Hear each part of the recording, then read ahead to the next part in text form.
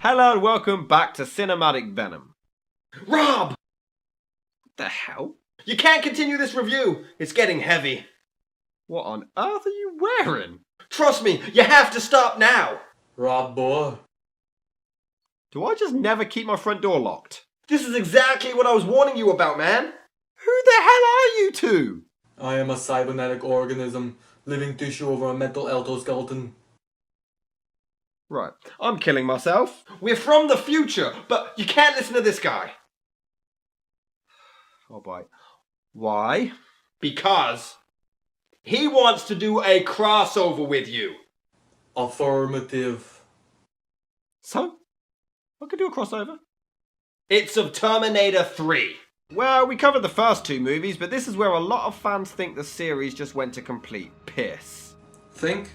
After the ridiculous success of the second film, James Cameron always teased a third installment during the 90s, but it never came to fruition. However, after funding issues with Cameron's other film Titanic, the studio backed out of the project. But as years passed by, more producers got involved with several rewrites taking place. Originally, Arnold Schwarzenegger refused to come back because Cameron had no involvement. He tried his best to persuade him, but the director was adamant that he had already told the full story with the first two movies and it was just completely unnecessary. And then he saw a story that had already been told a billion other times and he made Avatar anyway. Stand up guy, that Cameron. Despite this, he actually gave his blessing to Arnold, saying the character is just as much his, and he should do the movie. In fact, he actually said the words, "Just do it and ask for a shitload of money." Because that's all Cameron thinks of, apparently. In fact, the total he settled on was a ridiculous $29.25 million. 29.25 million? That is more than Harrison Ford got for The Force Awakens! That's insane! But Arnold's pretty good in this, so it's fine. No, he's not. Due to the long production delays, he was sure the film wouldn't happen and was about to look into his political endeavours instead when it turned out the movie was actually going to happen. His final role before becoming governor. Edward Furlong was even supposed to come back for the film, but he decided taking drugs was more important, so he was kicked off the project and replaced with Nick Style. Linda Hamilton was even asked to come back, but she also refused flat out. And I don't blame her. In fact, in the year 2000, Arnold went on the Jay Leno show and said that the Terminator 3 movie was going to be about him going back in time to kill Al Gore from inventing the internet. Okay, that would have been dumb. Despite now being considered one of the worst sequels in history, Which it is. when it first came out, it was actually quite well received. In fact, James Cameron, who now says it sucks and was a complete disgrace, actually said upon first release, this film is, in one word, great. Wait, what? Yep. And then when the other sequels came out, suddenly he 360'd on our asses and said that it never happened. He would later claim he was so upset about the direction the film took the whole franchise that he cried. And Arnold Schwarzenegger claimed he was so upset he personally apologized to him. Many hated the film's message, completely ridding the second one of its charm and purpose. But anyway, this is Terminator 3: Rise of the Machines. Yay.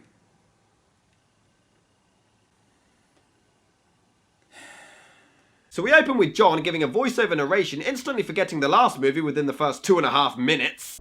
My name is John Connor. They tried to murder me before I was born. When I was 13, they tried again. No, you weren't. Again, Terminator 1 is set in 1984. Terminator 2 is set in 1994 because Judgment Day is in 3 years. Arnold says that.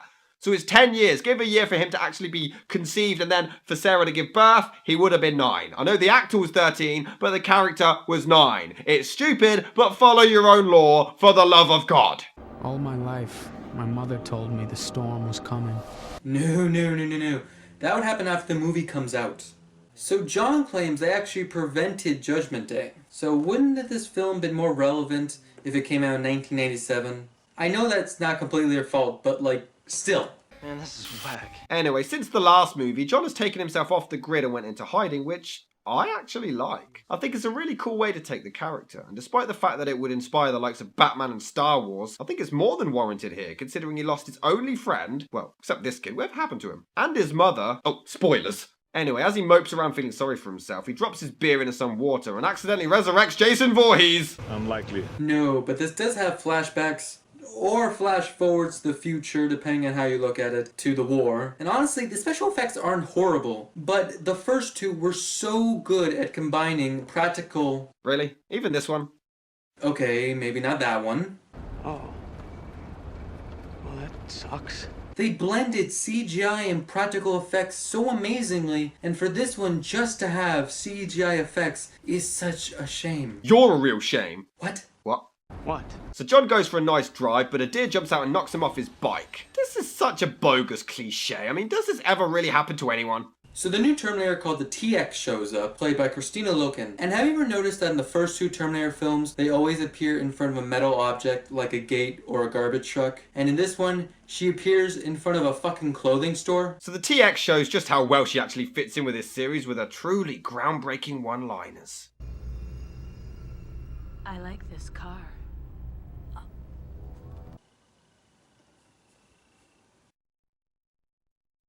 What the hell? This is a series known for its incredible dialogue and one-liners, and now we've got I like your car. But then again, I guess it's about the same as He's a good-looking boy. That line was genius. He was a good-looking boy. But I never really believed that. Anyway, she uses a mobile phone to somehow identify her targets. Yeah, sure, yeah, it makes sense. Oh yeah? Explain how. Negative. Before she's tailed by the cops for speeding and she pulls over. She totally pulls over. This is the most advanced version of these machines, more advanced than Robert Patrick who crushed anyone in his path, and she pulls over for the cops. Ironically, WWE wrestler Chyna was actually considered for this role, and she just wouldn't have listened to anyone. And you know what? I'm fine with a female Terminator. It's a nice way to change things up. She could be a robotic badass version of Sarah Connor, but she's clearly not there for that. She's just a sex symbol, there to give guys boners. Look at the scene with the billboard and she grows her tits. She's just there for fucking fan service. Fuck this movie. Oh, nonsense. She's also here to deliver some epic, history-making badass one-liners like this. I like your gun. What is going on? This is a killing machine and she's going around like a 10-year-old. I like your car. I like your gun. What the hell's going on? Hey, remember how the T-1000 could blend into her surroundings with multiple different emotions? Well, this one just acts like a bratty child. Incorrect. Meanwhile, we cut to Kate, played by Claire Danes, and her fiancé Scott, played by Mark Famighetti. They're new characters. They kinda suck. Fuck you. Yeah, I'll go over my issues with the characters as we go on, but these just aren't particularly interesting. I mean, she gets a call from her father who was meant to show up or something but didn't. She wants him to actually meet her future hubby before the wedding. Who the hell gets engaged before they've even bothered to meet their spouse's parents? But the thing is, even she questions if marrying him is the right thing to do. You're bound to run into him at the wedding. Please. I'm still in a state of denial about that.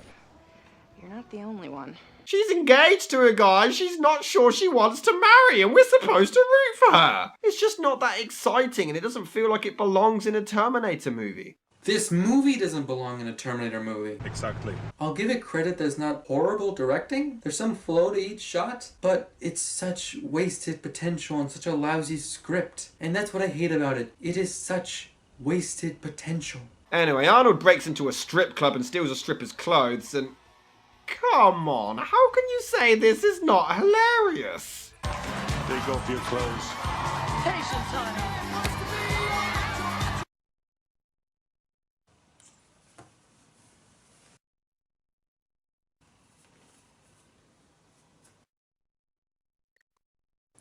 Yeah! Okay.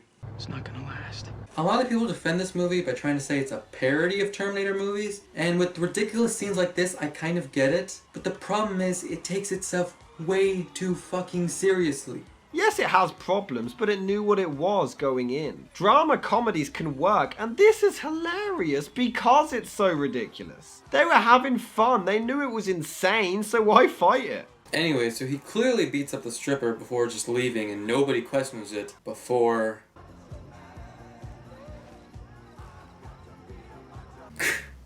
God damn it. I'm winning! But on a side note, why would he take the sunglasses off? He wouldn't know that it was silly, right? But anyway, the TX makes her way to a drive-thru and... Oh, here we go, let me guess, what's it gonna be? I like your hat. Oh. Okay, never mind. Good work. Thank you. And where the hell is Arnold to protect this poor guy? Who cares? She then shows up to shoot that kid from 8 Simple Rules. Jesus, this film just holds nothing back. It doesn't give a damn. There's no line it won't cross. She just cuts all the nonsense, goes in and kills the kid, shooting them right in the face. Yeah, but really, where is Arnold? We find out later that these are soldiers from the future, so is he not assigned to protect them? Or does he really suck at his mission? What are you talking about? So John breaks into the local vet's, which is owned by Kate, to steal some medication. She discovers them, but he pulls a gun on her before she outsmarts him and locks him in a cage. And guess what? It turns out that they just so happen to go to school together 10 years ago. What the hell are the odds? Coincidence. What happened to you, John? Middle of 8th grade, you just disappeared. And came back as a completely different actor, this time way more sober. So the TX shows up, murdering Kate's buddy in the process before... Is she tasting the blood? And that's how she finds out their identity. We've got nothing. This is just weird. What? No! Oh, this is period blood! Ah! You can't talk about it. Anyway, she sets off to kill John. Why does she even need to kill John anymore? I mean, the apocalypse didn't happen. Is he still needed to be eliminated? And again, in every other film so far, the Terminator uses the most efficient way possible to eliminate their targets. Here, she just throws a tantrum. In this movie, she shoots everyone immediately, but for some reason with Kate, she breaks the window door right off, flips her out, and then politely asks her where John went. How the hell doesn't she already know anyway? Her powers seem quite limitless in this. Yeah, I know. Oh well, a massive truck shows up, takes her out, and somehow doesn't crush Kate in the process. He is assigned to protect Kate, and the first thing he does is nearly run her over. You said that you'd let me go. I lied. Please, please, please. How the hell does a Terminator not know the human nature of smiling, but he knows the art of lying and manipulation? And we find out later that he has to do everything she says, so why did he lie? This makes no sense. This is like the John Connor thing in the last movie, except here, it makes no sense. Who the hell wrote this? This has to be a mistake. And you know what? Considering this film took so long to make, you think they would have been a teeny bit more creative with it. I mean, the original Terminator borrowed a lot of ideas, but it made it its own style. And the T2 introduced the T1000, which was a huge upgrade. But here, she's just a combination of the two. That's nothing special, that's nothing unique. And they do have some elements. The atomic blast, the flamethrower, those are pretty cool. I wish they explored that more though. I wish they made it like Iron Man. Could you imagine that? The Terminator versus Iron Man? That would be fucking amazing. You done? Probably not, but go on. Take years to get over it. Anyway, John breaks out of his cage, the TX breaks free of the rubble, John and Arnold meet, reenacting the scene in the last movie, which is admittedly kinda cool. You here to kill me?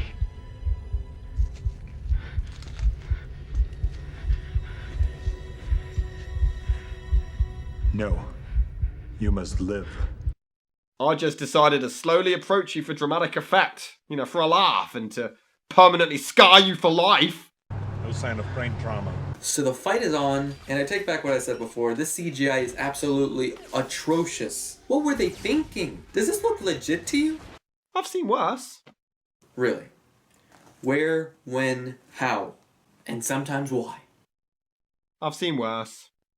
Really? So they have their little showdown as Arnold is blasted through a building, and only now do the cops decide to show up as John drives Kate away in a van. Meanwhile, the TX uses her Edward Scissorhands finger trick to hotwire the car, and nobody notices. But who cares? Kate tries to ring the police, but hey, her phone loses its signal. Time to note down another cliche. Are we gonna list them all? We'll be here a while, but yes. There's a high probability. Okay. So Arnold eventually wakes back up. Again, if he's impervious to pain, how would he ever get knocked out? So we cut to the TX, who's in a truck. But the last we saw her, she was in a cop car. This makes no sense. Who the hell edited this? I cannot believe you remember that. Meanwhile, John only just realises Kate's in the back, and they argue for a bit before he crashes into another dude's car. While the owner gives him a review of this movie, he tries to drive off, but the truck won't start. Ah, the old-fashioned the car won't start cliche. Perfect. And then the TX shows up and destroys his car anyway. That's actually amazing. That's great. And I'll admit, this action scene is a lot of fun. It's mostly practical effects and the sound design is amazing. It's just a whole lot of fun. Yeah, this is actually incredible and up there with T2's action. John has to protect Kate whilst trying to evade cops. The TX blows stuff up. Arnold kind of just follows and doesn't really do anything. Yeah, but when he does get involved, he's swinging off a crane. It looks phenomenal. And that was hilarious. Yes, sir. But hey, can't have too many good things. So here's this horribly rendered CGI truck flipping over. Do you even remember me? Oh god. So the leader of the Resistance doesn't realize that his Terminator buddy from the second film clearly killed himself? I mean, didn't he realise this in part 2? Considering he found out that Arnold was a different one from part 1? Sarah Connor? Blowing up Cyberdyne? Hasta la vista, baby? And great way to take one of the coolest lines from the second film and turn to complete shit. Thanks for the great replacement there, guys. Thank you for doing this. Catherine Brewster, have you sustained injury? Drop dead, you asshole! I'm unable to comply. So he can understand lies and manipulation, but he can't understand insults and sarcasm. So Arnold explains that John was unable to be tracked by the TX, so instead she went after his lieutenants. Okay! Uh-oh, here we go. So 1, why didn't she just travel back to when he was a kid again? Why the 10-year gap? 2, this timeline still makes no sense because surely this means they knew they were going to fail in 1 and 2. So why even bother? This doesn't make any sense. You're going to kill all of them. Do it when he's a baby. Do it before he was born. Go back. This doesn't make any sense. The timeline, like the first one made no sense. And then they added less logic on top and created a leaning tower of no logic. And then the third one came along and took a big steamy dump on all of it. It already made no sense. But guess what? You didn't care because 1 and 2 were entertaining enough. And part 3 just said, screw that. What? How hard is it to write a time travel story that's actually coherent? I don't understand the issue. How pathetic is that? Also, this means that the relationship between John and the Terminator from T2 is completely gone and is now rendered pointless. Although, we'll save that for later. Uh-oh. And remember, in part 2, they literally had him destroy all evidence of Skynet ever happening, other than Arnold's arm that got stuck in the factory. Well, guess what? How does this film exist then? You only postponed it. Judgment Day is inevitable. That's it. That's the only explanation they give. They don't even mention his arm being trapped. That's actually... They had a key there. They had a key to actually make this film plausible. Instead, they just said, nah, that's it. We're just doing it. Makes the second movie pointless. I know it's all completely eradicated. This movie shouldn't even exist. But now, screw it. We're doing it anyway. Fuck this movie. Just fuck this movie. That is correct, sir. Also, what are the odds that John just happens to meet up with his future wife just as TX is coming to kill him? Coincidence. But this film does have a slight few parts where they do recapture charming moments from the last film, which people just refuse to admit, like here. You've got to be shitting me. No, I am not shitting you. All this. Talk to the hand.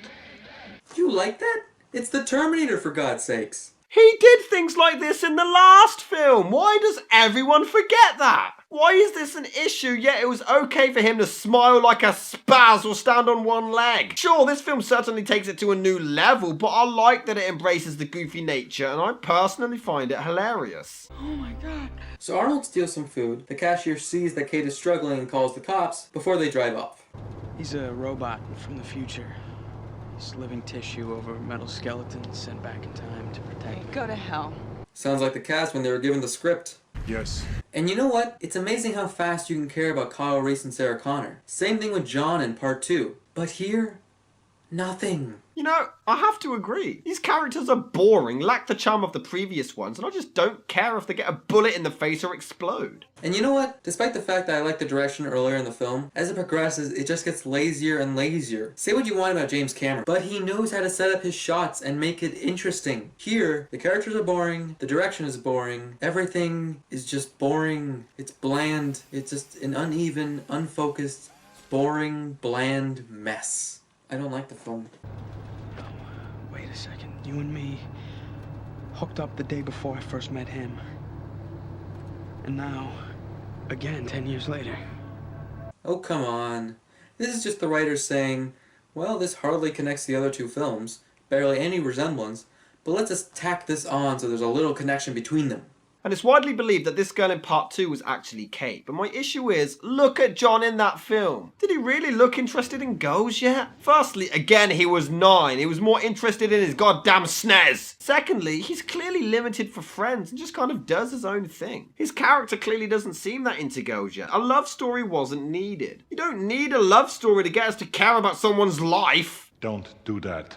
But who cares? The TX shows up to the fiancé's apartment and slaughters him. You know, despite James Cameron saying it was apparently his inspiration, these films never felt like slasher films. Until now. I wish I could believe that. Anyway, she possesses his body to get some info on the whereabouts of the heroes. They head to Sarah's grave and we discover that she died in 1997 from cancer. What? You take one of the most badass characters that sometimes outshined Arnold Schwarzenegger, and you not only killed him off screen, but... Well, that one wasn't their fault. Shut up. But you also have him die from cancer? Cancer? Let's pray to God this works. So Kate obviously doesn't believe their story, so she shoots Arnold in the face and the bullet comes right out of his mouth. Okay, I can't rip on that. It's just badass. Yeah, right. The cops show up surrounding the building, allowing Kate to escape to freedom, but Arnold tries to teach John a lesson by... being a complete dick. I mean, he chokes him to get angry instead of afraid to help them in the fight. I mean, I guess it works because it's a completely different machine to part 2, but aren't they programmed the same way? And this has no effect because the emotional connection from the last movie is completely gone. So we're not even invested in this conflict. So he understands human psychology, but not how to cry? No. But look, Dr. Silberman is back. Now, 2 films, and I'm sure by now he has to realise the stories about the future is true. You find yourself imagining things. He does what? How many times have you literally seen Arnold prove his invincibility to you? How many people have to show up randomly, inexplicably, spewing these ridiculous stories about the future for you to realise that maybe it's true? What does it take, you moron?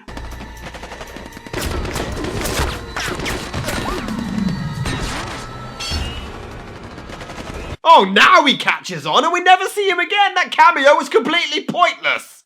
Damn it. Anyway, Arnold reveals that Sarah left a load of weapons in her will, in case of Judgment Day takes place. So he carries the coffin out. Despite being shot numerous times by cops, it turns out John was inside. So was the coffin bulletproof? How did he survive that? Who wrote this? Was there just like a fan submission contest and then he just gave it in? And then they won and they didn't even read the script because only one person submitted because the amount of people who care about Terminator at this point. Is that it? Is that it? I'm sorry. Contact with remnants of the US military and learn how to fight Skynet, forming the core of the resistance. Later, your children will become important. Whoa, what? She's your wife. Quick, Doc! We have to rip off Back to the Future too! Both you and Jennifer turn out fine. It's your kids, Marty. Something has got to be done about your kids. So Kate is free and she runs back up to her fiancé, but he transforms back into the TX. Why the hell would it transform back? This Terminator could have just killed her right there. He's a dumbass. There's nothing you can do. Get in! You want to live? Come on! Wow, he just loved ruining all of the awesome lines from the other movies, didn't he? And now all of a sudden she can run fast enough to keep up with a car. This is new considering earlier she was more like, yeah, I tried. I'll just stand here. Give me a break. Anyway, she lands on top of the hearse for another decent chase scene. And after all of this destruction... We need a new vehicle. Okay, that's a little funny. Your confusion is not rational. She's a healthy female of breeding age. I think there's a little more to it than that. My database does not encompass the dynamics of human pair bonding. But the last one did. What the? This movie is literally at this point saying, I know we're recycling everything from part 1 and 2, but no. This one's different. Okay, you see, it's different. He can't bond. Even though we won't explain how, why, it's just different. Don't question it. Just fucking accept it. Negative. But are you ready for the most offensive part of this movie? Okay. If you hadn't come back when I was a kid, if everything hadn't changed, she and we would have got together then. See, I would have met her father a long time ago. Don't you see? I don't understand. What? Your father. This is all about your father. He's the key. He always was. Your father is the one who can shut Skynet down. He's the only one who ever could. What? Oop, hold on, I'll be right back. What? Alright, I'm ready, go on. Are you seriously telling me now? Remember how important the second film felt because you felt the relationship and friendship with John and Arnold? And it was all about his fate and his destiny in the future. And it was so important. Every decision they made was so impactful. Well, throw all of that crap out the window. Go ahead, see what happens. Yeah, we learned to truly appreciate the machine and how it can feel. Yeah, screw all that. This movie has now rendered the entire second film completely pointless. This is all down to John trying to bang some broad. This is all down to Edward Furlong's crappy prepubescent relationship. He swapped spit with some redheaded bitch and that's what we're going with now? The cyborg's trying to prevent him from meeting her father who can somehow shut Skynet down. Probably like Miles in the last one, and that works so bloody well, but what's the point of part 2 now? The entire film is completely pointless. It's all about some chick's dad. Is that it? I expected more. So they discover that the apocalypse is today, so they have to escape to Mexico to escape the apocalypse. Because in Mexico, the world ending won't affect them. Hey, the world is ending. We better head over to Canada. This movie sucks. Love you too. In an interesting scene though, John actually threatens to kill himself to ruin the entire future. It is actually a pretty interesting moment. I wish they explored this more. I mean, this guy is willing to throw away his entire destiny and self-terminate, but this is the only time it's ever touched upon. But Arnold uses some statistics to decipher the fact that John will not pull the trigger. So we find out that Kate is the one who sent back the Terminator to protect John. Although she didn't send him back to protect any of these other soldiers who got killed.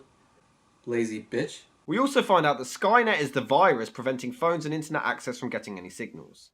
What exactly am I in this future of yours? Am I a convincing actress by any chance? And we also find out that Arnold ends up killing John in the future, which is why Kate sent him back. And this subplot goes nowhere. It's completely pointless. Why did they bring it up? Who cares? This is just stupid. What? What are you saying? I killed you. So we could finally stop making these movies. I failed. And you better add the cliche of they're somehow connected to whatever is causing the chaos, but they're on the good side of it, so we have to like them anyway. It's more common than you think. But this just isn't interesting. They realize they can't track the virus, John and Kate love each other, Skynet fights back, blah blah blah. I have more interest with Rob's feud with Cinemac excrement. Don't you ever say his name on this channel, we'll kill you! Hey, what are you doing here?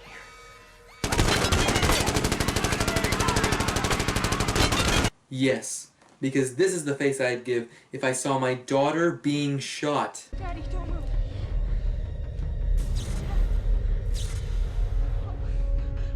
She'll be back. Who cares? That was awesome. No, that was more cringy than an old Saturday Night Live sketch. To be fair, Arnold becomes amazing now that he has a machine gun. Look at this. Once the action kicks in, it actually becomes entertaining. Until the CGI kicks back in. God damn it. And of course, her father dies with the most cliche line in history. Take care of my daughter. And we hardly even knew the guy, so this subplot was also entirely pointless. So the two machines have a fight and it's really clunky. I mean, what do you expect? It's a 6-year-old versus a supermodel with big tits, but it's just so awkward to look at. It's ridiculous. And the effects suck. Run! Why did Arnold sound scared then?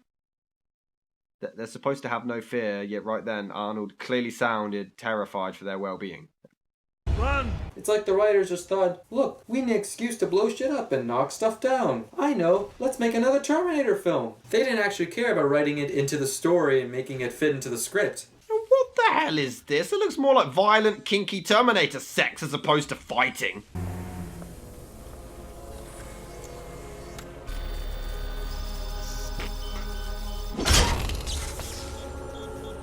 Oh yeah, I'm sure Arnold will never be back, because he's never been through something so heinous in his life. And then she fingers his butt off screen? Meanwhile, John and Kate escape, and Kate even gets a badass line. What? Nothing.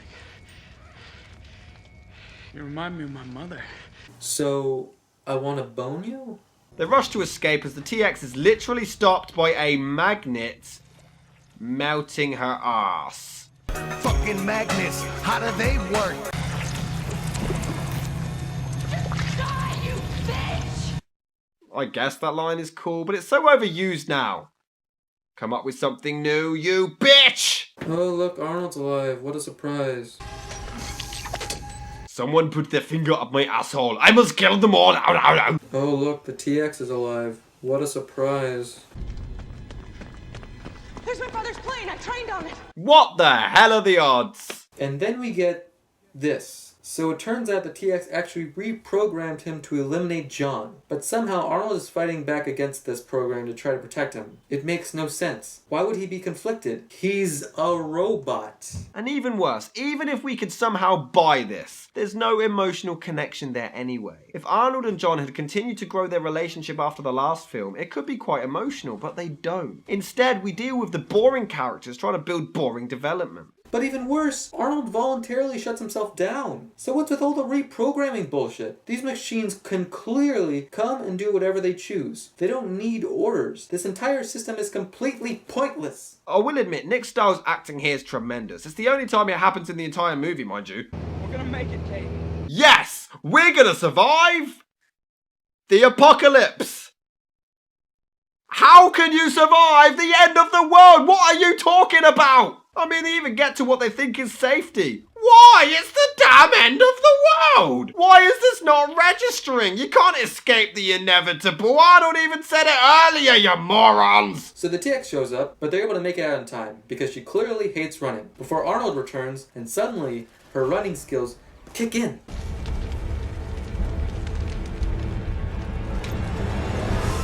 I'm back. And way to ruin it. So they get to the door, leading Arnold to hold it open. Wouldn't it have been a cool idea to have a throwback to part 2 where John hacked his way in, but nope, too obvious and cliche. In fact, what's stopping the other Terminators from just hacking it and getting in?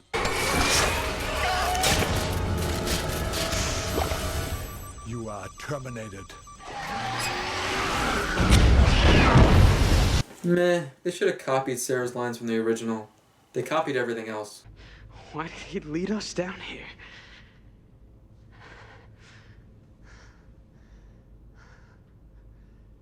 To live.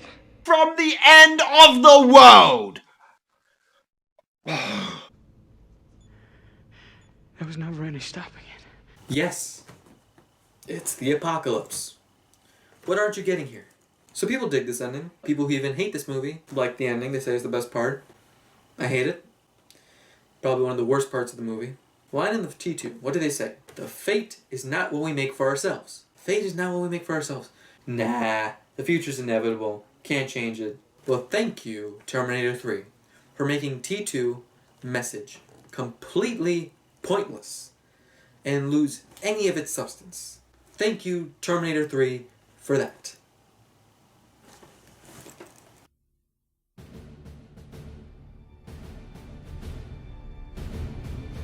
Oh, and by the way, this is the only time we hear the Terminator theme for the rest of the film, in the fucking end credits. The rest of the movie is some generic-ass score. Well, I remember liking it, but... Now I see... it is kinda terrible. I mean, the first two didn't make sense, and although people think I overanalyzed the timeline, which means I'm right and they were wrong, they were entertaining despite the lack of logic. This is the first one that really made me think the writers just didn't care. A third installment could have worked. I don't think it's an unnecessary film, but more a missed opportunity. I think the charm of the franchise is that we don't really need to see the war, so ending a film right before it starts is kinda cool. But overall, it's offensive to the human brain. The action scenes are mind-blowingly good, but that's honestly all there is. It rewrites history and it makes you really question the intelligence of those involved. This movie's awful. It has horrible effects, horrible acting, horrible directing. It takes everything good about the first two films and destroys it. If it didn't have Terminator in its title, I could just consider it one of many generic Arnold Schwarzenegger action movies that came out in the late 90s and early 2000s. But it has Terminator on it. It has the big Terminator sign on its poster. Everything about this movie is wrong. Everything about this movie is cynical. Movie producers coming together wanting to make a quick buck. Fuck this movie and everything it stands for. And, well, the series didn't stop there. Great. Hey, Jimmy?